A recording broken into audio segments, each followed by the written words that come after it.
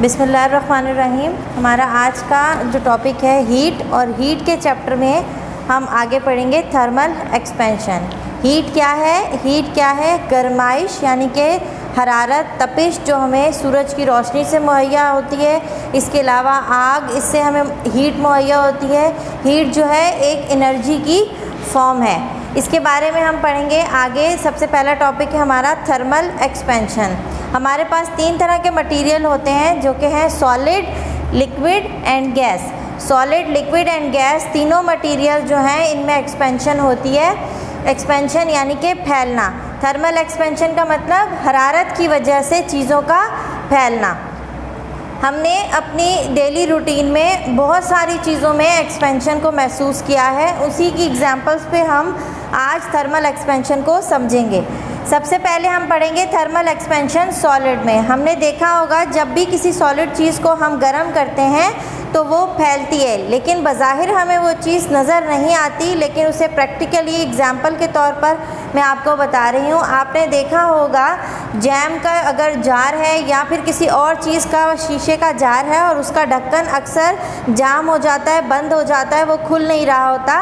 तो जब हम उसके ऊपर गर्म पानी डालेंगे तो क्या होगा? गर्म पानी डालने से जो उसका लिड है, उसका ढक्कन है, वो थोड़ा सा एक्सपेंड होगा, फैलेगा और आसानी से खुल जाएगा।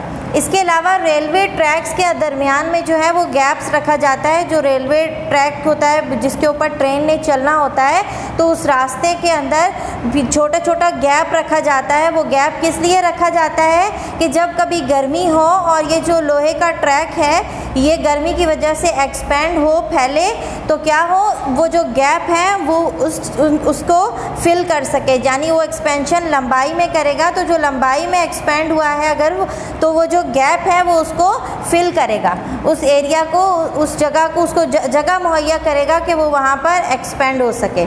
इसी तरह कंक्रीट के जो स्लैब्स होते हैं बड़े बड़े, उसके अंदर भी गैप रखा जाता है ताकि गर्मियों में जब वो तपिश से गर्म हो और वो फैले तो उसको क्या चीज़ मिले, उसे एरिया मिले, स्पेस मिले कि वो फैल सके। अगर उसे ऐसा नहीं मिलेगा तो उसके बीच में क्या आ जाएंगे? क्रैक्स आ जाएंगे और वो जो कंक्रीट के स्लैब्स हैं वो क्या हो जाएंगे? ख़राब। नेक्स्ट है थर्मल एक्सपेंशन इन लिक्विड, यानी कि लिक्विड चीज़ों में हमने थर्मल एक्सपेंशन कहाँ देखा है? थर्मल एक्सपेंशन यानी कि फैलना चीज़ों का हरारत की वजह से। हमने देखा है हमारे घरों में और क्लिनिकल थर्मामीटर डॉक्टर्स के पास हर जगह मौजूद होता है। उस थर्मामीटर के अंदर लिक्विड भरा होता है जो कि एक मेटल है जिसे हम नाम देते हैं मरकरी। जब भी हम किसी की बॉडी का टेम्परेचर हाई होता है, बढ़ता है, तो उसकी बॉडी के टेम्परेचर के मुताबिक वो जो थर्मामीटर के अंदर लिक्विड है वो भी एक्सपेंड होना शुरू कर देता है, फैलना शुरू कर देता है। तो जब वो थर्मामीटर के अंदर उसकी रीडिंग जो है वो ऊपर की तरफ जाती है तो हमें पता चलता है कि हाँ, थर्मामीटर के अंदर जो लिक्विड है वो क्या हुआ है? एक्सपेंड हुआ है।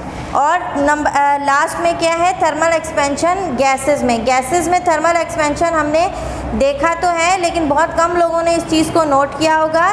जब भी घरों में कोई केक वगैरह बनाए जाते हैं तो उसके अंदर बेकिंग सोडा डाला जाता है।